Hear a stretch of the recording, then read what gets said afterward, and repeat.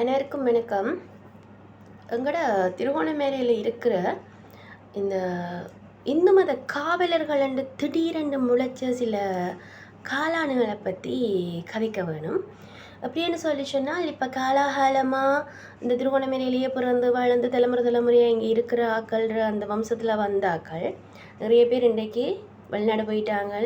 நிறைய பேர் இன்றைக்கு எங்கண்டி இல்லை இன்னும் இப்போ ட்ரிங்கோவில் இருக்கிற பழைய ஆக்கள் எந்த விஷயத்துக்குள்ளேயுமே ஈடுபடாமல் கொஞ்சம் ஒதுங்கி இருக்கிறாங்க.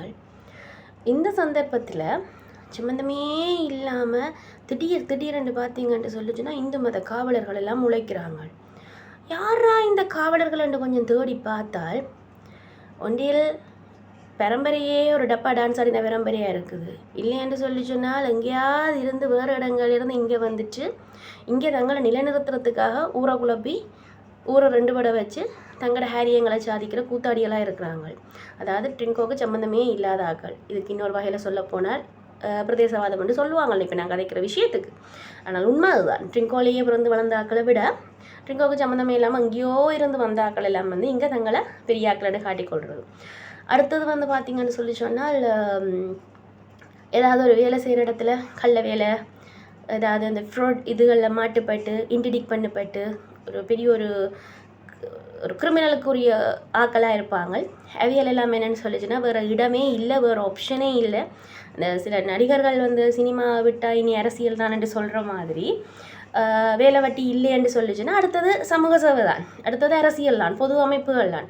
அதுவும் எங்களுடைய இந்து ஆலயங்களில் குழப்பத்தை ஏற்படுத்துகிற குழப்பவாதிகள பேக்ரவுண்டை நீங்கள் தேடி பார்த்தீங்கன்னு சொல்லி சொன்னால் நிச்சயமாக வேலை வெட்டி இல்லை எங்கேயுமே வேலைக்கு போக இயலாதன்ற ஒரு சூழலில் இருக்கிற இப்படியான ஆட்கள் தான் குழப்பங்களை ஏற்படுத்துவாங்க. சிம்பிளாக பாருங்களேன். எப்படின்னு சொல்லி சொன்னால், இப்போ அவங்களுக்கு வேறு எந்த ஆப்ஷனும் இல்லை.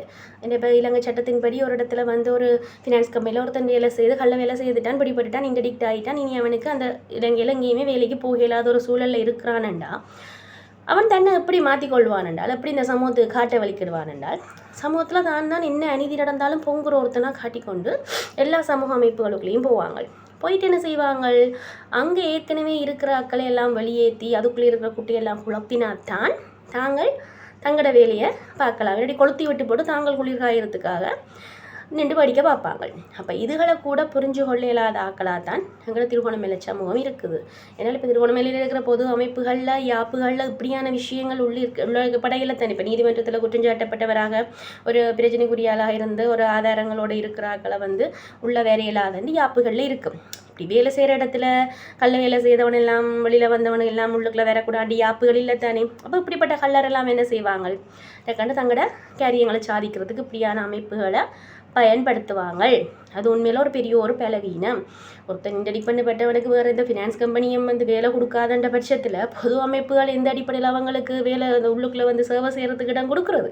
அதுலேயும் அவ்வளவோ காசு விளங்கும், அவ்வளவோ முக்கியமான விஷயங்கள் இருக்கும். ஒருவேளை பார்க்க போனால் நாட்டில் குழப்பத்தை ஏற்படுத்தக்கூடிய சில முக்கியமான இடங்களாகவும் பொறுப்பு வாய்ந்த இடங்களாகவும் இருக்கிற இடத்துக்குள்ளே இப்படிப்பட்ட கிரிமினல்ஸை நீங்கள் என்னென்று உள்ளே விடுறீங்களன்னு எனக்கு தெரியல. திருகோணமலையாண்ட சாபக்கேடு. இப்போ இதையே ஒரு இஸ்லாமியரோ ஒரு கிறிஸ்தவரோ ஒரு பௌத்தரோ தாங்கள் இப்படியான விஷயங்களை செய்து போட்டு தங்களோட மதம் சார்ந்த அடையாளங்களுக்குள்ள ஒளிகிறது இல்லை. ஆனால் எங்களோட இந்துக்களுக்கு இப்படி ஒரு பலவீனம் இருக்குது. கல்லறை ஈஸியாக இப்படியான இடங்களுக்குள்ள விட்டு போட்டு முக்கியமான ஒரு ஆலயங்களுக்குள்ள நிர்வாகங்களுக்குள்ள தொண்டர்கள் என்று சொல்லி எல்லுக்குள்ள எடுத்து போட்டு குத்துதே உடையதேன்னு கத்துறது. சரி, அடுத்தது ஏதோ ஒரு பெரிய ஒரு ஜோக்கான விஷயம் உண்டு. ட்ரிங்கோவில் இந்த திருகோணமலையில் பிறந்து வளர்ந்து இங்கேயே இருந்து சேவை செய்கிற எல்லா ஆலயங்கள் எல்லா திருவிழாக்களுக்கும் எல்லா விசேஷங்களுக்கும் எல்லா விரத காலங்களையும் பூச புனஸ்காரங்களையும் தொடர்ச்சியாக ஃபாலோ பண்ணுற இங்கே திருகோணமலையில் இருக்கிற இந்துக்கள் கூட ஆலயங்களில் குறிப்பிட்ட எல்லைக்கு மேலே போக இயலாது, ஆகம விதிப்படி போக இயலாது. ஆனால் இங்கே இந்தியாவிலேருந்து இந்தியாவில் தமிழ்நாடும் இல்லை, தமிழ்நாட்டும் இல்லாமல் ஒரு ஆந்திராவோ தெலுங்கு சம்திங் அவங்க அந்த லாங்குவேஜ் கதைக்கிற ஒருத்தர் இங்கே உடுப்பு பிஸ்னஸ் செய்ய வந்திருந்தார். நான் அறிய அந்த நபர் குறிப்பிட்ட இடங்களுக்கு சில இடங்களில் இந்த வட்டியை கொடுக்குறது அப்படியான விஷயங்கள் செய்து அவர் அந்த வாடகைக்கு இருந்த வீட்டிலேயே அந்த வட்டியை கொடுத்து அதை அறுதியாக்கி வீடெல்லாம் கேப்சர் பண்ணி அப்படி ஒரு செயற்பாட்டில் இருந்தவர். அவர் மனைவி இங்கே மலையத்தை சேர்ந்தவரால். அப்போ அவர் ட்ரிங்கோவில் என்ன நான் ஒரு இன்டர்நேஷ்னல் ஸ்கூலில் டீச் பண்ணியிருந்தேன். அப்போ அவரை வந்து நான் ஒரு பேரண்ட்டாக எனக்கு தெரியும். அந்த பிள்ளையோட பிறந்த நாளைக்கெல்லாம் நான் கொஞ்சம் பேரண்ட்ஸ் எல்லாம் போயிருந்தேனாங்க. அப்போ அங்கே வந்து சிக்கன் கறி சமைச்சிருந்தவே, நைட் டின்னருக்கு கேக் வெட்டியிருந்தவையில், அதை விட வந்து பிள்ளைகள் நார்மலாகவே ஸ்கூலுக்கு கொண்டு வர சாப்பிட்றேன். அந்த பிள்ளையை சொசேஜஸ் தான் கூப்பிட்றேன். ஏன்னா அந்த பிள்ளை புட்டோ இடியப்பமோ நூடுல்ஸோ ரைஸோ எது கொண்டு வந்தாலும் சொசேஜஸ் இல்லாமல் கொண்டுறது. அப்போ நான் அந்த பிள்ளையை கேஷுவலாக அந்த நிக்னேம் வச்சு கூப்பிட்றதே சொசேஜஸ் தான். அப்படித்தான் அந்த பிள்ளை சாப்பாடே கொண்டு. ஆனால் இன்றைக்கு அவர் ஒரு பூணூலை போட்டுட்டு எல்லா கோயிலையும் தான் ஐயரண்டு காட்டி கொண்டு திரிகிறார். கோயில்களில் பூசை வைக்கிறார். அப்போ எனக்கு அன்றைக்கு ஒரு நாள் இவரை கண்டு போட்டு நான் என்னடா கல்யாண வீட்டில் ஐயரோட 2 இவர் இதை செய்கிறார், இவர் இன்னர் அப்பா தானே, இவங்களை ஐயராக்கள் இல்லையே என்னட்டு எனக்கு தெரிஞ்ச 2-3 ஐயராக்கள்கிட்ட விசாரிச்சுனா இவங்க ஐயராக்கலான்னு. அப்போ இல்லை தெரியலை, இவங்க ஏதோ தெலுங்காக்கலாம், அவங்க இந்தியாவில் ஐயராமன் சரியாண்ணே. பிறகு விசாரித்து பார்த்தா இது ஒரு திருகோணமலையில் இருக்கிற எல்லாமே இளிச்சவாய் கூட்டம், திருகோணமலையான்ஸ் எல்லாமே ஒரு இளிச்சவாய் கூட்டம் நினச்சிக்கொண்டு ஒருத்தர் இப்படி ஒரு சீட்டிங்கை செய்கிறார். இது தொடர்பாக யாராலையும் ஒரு நடவடிக்கையும் எடுக்க முடியல. ஒரு சில குறுக்கள் மேலோட கதைச்சிட்டத்தில் அவங்க சொன்னாங்க, ஒரு முக்கியமான ஒரு சிலர் வந்து அவியலை கொண்டு காகிறபடியா நிறைய இடங்களுக்கு அவர் போய் ஒரு 4-5 வருஷமாக பூசா புனஸ்காரம் சாந்தி கிருத்து எல்லாத்துக்கும் போனபடியா இப்போ அவரை பற்றின விஷயங்கள் வெளியில் சொல்லலாம் இருக்குது. சொன்னாலும் எங்களுக்கு தான் அவமானம்ன்றதால் பேசாமல் இருக்கிறோம். இதெல்லாம் இந்து மதத்தில் இருக்கிற மிகப்பெரிய பலவீனம். அதை விட இன்னொரு பெரிய பிரச்சனை உண்டு. சின்ன பிள்ளைகளை பராமரிக்கிற ஒரு இடம், அந்த அலுவலகம் பற்றி நான் கதைக்க விரும்பலை, அலுவலகத்தில் பேர் சொல்ல விரும்பலை.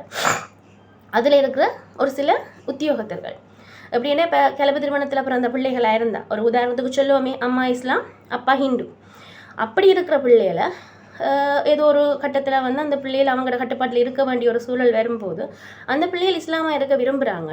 இவையில் இல்லை, நீ ஹிந்துவாக தான் இருக்கணும், நீ இப்படி தான் உடுப்பு போடணும், நாங்கள் சொல்கிற மாதிரி தான் இருக்கணும், நீ ஷால் போட இல்லாது, நீட்டாக உடுப்பு போட இல்லாது, எங்களோட கட்டுப்பாட்டுக்குள்ளே நீ இருக்கணும், இப்படி தான் யூனிஃபார்ம் போடணுமே அந்த பிள்ளைகளை ஃபோர்ஸ் பண்ணி வச்சுருக்குறாங்க. நாங்கள் இந்த கலப்பு திருமணத்தில் பிறந்த பிள்ளைகள் இந்து மதத்தை தாங்களாக விரும்பி ஏற்றுக்கொண்டு தாங்களாக சில விஷயங்களை வந்து ஆலயங்களுக்கு தொண்டு செய்ய வரும்போது, ஆலயங்களில் கும்பிட வரும்போது, பொது அமைப்புகள் இந்து அமைப்புகளில் ஈடுபடும் வரும்போதும் நீங்கள் வந்து அந்த கேவலமாக ஒரு வார்த்தை சொல்லுவீங்க தெரியுமா, இது கிளப்பில் பிறந்தது, நல்ல ரத்தம் இல்லை, மன்னிக்கணும் இந்த வார்த்தை சொல்கிறதுக்கு, இது சோனி, இது பரங்கி, இது சிங்கள கூட்டம், இப்படியெல்லாம் அந்த பிள்ளைகளுக்கு வந்து நீங்கள் உத்தரவுத்தி நபர்களுக்கு வந்து கேவலப்படுத்தி மனசை நோகடித்து மன உளைச்சல் ஏற்படுத்தி என் செத்ததுக்கு பிறகு புதைக்க கூட இடம் தராத ஆக்கள்லாம் எங்களுடைய ஆக்கள். அப்படியெல்லாம் மதம் மாறி வாராக்களை டார்ச்சர் பண்ணுற எங்களுடைய ஆக்கள் இப்படி அந்த ஒரு சில பிள்ளைகளை வந்து நீ இப்படித்தான் ஹிந்துவாக இருக்கணும்னு ஃபோர்ஸ் பண்ணுறதுல என்ன நியாயம் இருக்குது? ஃபோர்ஸ் பண்ணி நீங்கள் மதம் மாற்றி போட்டு நாளைக்கு அந்த பிள்ளைகளுக்கு என்ன செய்ய போகிறீங்க? அந்த பிள்ளைகள் வந்து நிம்மதியாக கோயிலில் சாமி கும்பிட விட போகிறீங்களா? உடனே சொல்ல போகிறீங்க இது வந்து கிளப்பில் வந்தது, அப்படி வந்தது, இப்படி வந்ததுன்னு சொல்ல போகிறீங்க. ஏன்னா உங்களுக்குலாம் ஒரிஜினல் ரத்தம் வந்து நீங்கள் செக் பண்ணி தானே எடுக்கிறீங்க ஆலயங்களுக்குள்ளேயெல்லாம். இப்படிப்பட்ட கல்லன் காவாலே கண்டவனும் பூணூலை போட்டு வந்து ஐயரண்டு வந்து ஏமாத்திரான் இவனுங்களை உங்களுக்கு தட்டிக்க கேளுதில்லை. எங்கேயோ ஒரு இடத்துல வேலை செய்கிற இடத்துல களவெடுத்து வேலையை விட்டு நிப்பாட்டுப்பட்டவன் எல்லாம் வந்து கோயில்களுக்குள்ள அட்டகாசம் பண்ணுறான், அவனுங்களை உங்களுக்கு ஒன்றும் கேட்க முடியுது இல்லை. ஆனால் யாரும் நீங்கள் நோகடிக்கிறீங்க? இந்து மதத்தை விரும்பி ஒருத்தர் வந்து ஏற்றுக்கொண்டு சாமியை கும்பிட வந்தால் நோகடிக்கிறீங்க. ஆனால் இதே நபர்கள் ஒரு வெள்ளைக்காரன் வந்து சாமி தூக்க வரட்டும், அவன் குளிச்சுட்டு வந்தானா, மஜன் சாப்பிட்டு வந்தானா, என்ன செய்துட்டு வந்தானா, ஷார்ட்ஸ் போட்டு வந்தானா, ஒன்றும் பார்க்குறல, உடனே அவனுக்கு ஒரு வெட்டியை கட்டி பட்டி அடிச்சுட்டு சாமியை தூக்க விடுறது, விட்டுட்டு அதை ஃபேஸ்புக்கில் ஃபோட்டோ போடுறது, வெள்ளைக்காரன் சாமி தூக்குறான். அப்போ இதான் நான் கூட அந்த மத கொள்கையில் ஆறா நீங்கள் உங்களுக்கு என்னடா பிரச்சனை? வெள்ளைக்காரன் வந்தால் ஓகே, இதே இது ஒரு வசதியானவன் இன்னிலாண்டு ஒரு பெரிய ஒரு பேர் புகழோடு இருக்கிற ஒருத்தன் கிளப்பு திருமணம் செய்தானு சொல்லிச்சுன்னா அவனை பற்றி ஒன்றுமே கதைக்க மாட்டீங்க. ஏன்னா பயம், ஏன்னா அவன்கிட்ட காசு இருக்குது உங்களுக்கு, அதால் அவன் அந்த மதம் சம்மந்தப்பட்ட விஷயம் உங்களுக்கு கண்ணுக்கு தெரியாது, அவனோடையே சேர்ந்து சுற்றுவீங்க. ஆனால் உங்களுக்கு இலகின இரும்ப கண்டா அடிக்கணும்னு தோணும். என்ன இவ்வளவு கேவலங்களைத்தான் நாங்கள் சுமந்து கொண்டு இருக்கிறோம். முடிஞ்சால் இந்த திருகோணமலையில் இருக்கிற பொது அமைப்புகள்லையும் சரி, அரச அலுவலகங்களில் இருக்கிற முக்கிய பொறுப்பாளர்களும் சரி, இந்த மதம் சார்ந்து செய்கிற டார்ச்சர்களை கொஞ்சம் நிப்பாட்டுங்க. தாங்க முடியல. ஒருத்தர் விரும்பி ஒரு மதத்தை பின்பற்றதுக்கு அவங்களுக்கு பூர்ண சுதந்திரத்தை இந்த நாட்டில் கொடுத்துருக்குறாங்க.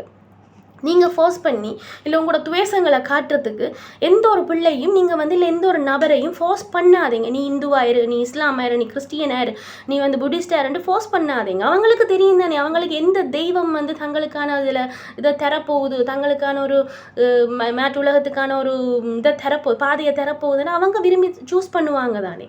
எனக்கு தெரிஞ்ச எத்தனையோ பிராமணர்கள் கூட, பிராமண வம்சத்தில் வந்த எவ்வளவோ சிறந்த மனிதர்கள் கூட பூணூலை கலட்டிட்டு தாங்க செய்கிற தொழில் நிமித்தம் இல்லை தங்களோட கொள்கைகள் நிமித்தம் பூணூல் இல்லாமல் தங்களோட செயற்பாடுகளை செய்துட்டு போகிறாங்க. ஆனால் இன்றைக்கு இந்தியாவிலேருந்து வந்த ஒருத்தர் பொய்யா பூணூலை போட்டுட்டு எங்களோட திருவண்ணாமலையில் இருக்கிற எல்லா ஆலயங்களுக்குள்ளேயும் போய் பூசை செய்துட்டு வாரார். இதை தட்டி கேட்க எங்களால் முடியல.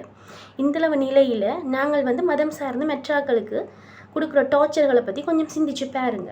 முதல்ல இந்த இந்து மதத்தில் அங்கே திருகோணமலையில், அதுவும் மற்ற டிஸ்ட்ரிக்ஸில் எனக்கு எப்படி என்று தெரியல, இந்த திருகோணமலையில் இருக்கிற இந்த மதம் சார்ந்த நிந்தனைகள், குறிப்பாக எங்களோட இந்து ஆலயங்களில் இஸ்லாமிய மதத்தில் இருந்தோ கிறிஸ்தவ மதத்தில் இருந்தோ பௌத்த மதத்தில் இருந்தோ ஒருத்தர் மாறி உங்களோட கோயில்களில் கும்பிட வந்தால் அவங்கள தூற்றுறதை நிப்பாட்டிட்டு அவங்களோட பாட்டுக்கு விட்டுருங்க, நிம்மதியாக கும்பிடுட்டு. மற்ற மதங்களில் வேறுங்க, மதம் மாறி போராக்களை எவ்வளவு தூரத்துக்கு அவங்க அப்ரிஷியேட் பண்ணுறாங்க, எவ்வளவு தூரத்துக்கு அவங்கள சந்தோஷமாக அந்த சாமியை கும்பிட்றதுக்கு ஏற்ற சூழல் ஏற்படுத்தி கொடுக்குறாங்க.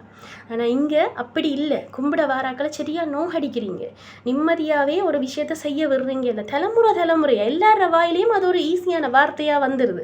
ஆனால் பெரும்பாலும் அந்த சுத்தமான தண்ணியால் ஒரு அழுக்கான விஷயத்தை கழுவும் போது அழுக்கான பாத்திரமோ அழுக்கான அந்த பொருளோ சுத்தமாயிடும், ஆனால் அந்த தண்ணி அழுக்காக போயிடும். அது மாதிரி தான் நீங்கள் மதம் சார்ந்த நிந்தனைகள் செய்யும் போது ஆட்டோமேட்டிக்காக அந்த மதத்தில் இருக்கிறதுக்கான தகுதியை நீங்கள் தான் இழக்கிறீங்களே தவிர மதம் மாறி வாராக்கள் இல்லை அந்த இறை சக்தியை நம்பி ஒரு தனக்கான ஒரு பாதையை மாற்றி ஒரு விஷயத்தை ஏற்றுக்கொண்டு வாராக்கள் பிள்ளையாக போகிறது இல்லை. தயவுசெய்து இந்த விஷயங்களை நிப்பாட்டி போட்டு இருக்கிற இந்த ஓட்டையில முதல்ல அடையுங்கோ. எல்லா இதுகளுக்குள்ளேயும் ஓட்டைகளை வச்சுக்கொண்டு சும்மா தண்ணியை ஊற்றிக்கொண்டே இருக்காதிங்க. இந்த ஊற்றுறதெல்லாம் வெளியில் போய்கொண்டே இருக்குது, அவ்வளோ ஓட்டைகள் இருக்குது அடைக்கிறதுக்கு. அவ்வளவுத்தையும் முதல் கிளியர் பண்ணி போட்டு திருப்பி நீங்கள் தண்ணி ஊற்ற வலிக்கிடுங்க. சும்மா விழலுக்கு இறைச்ச நீர் மாதிரி ஓட்ட வாளிகளுக்குலாம் தண்ணி ஊற்றிக்கொண்டே இருக்காதிங்க, பிரயோசனமே இல்லை. நன்றி.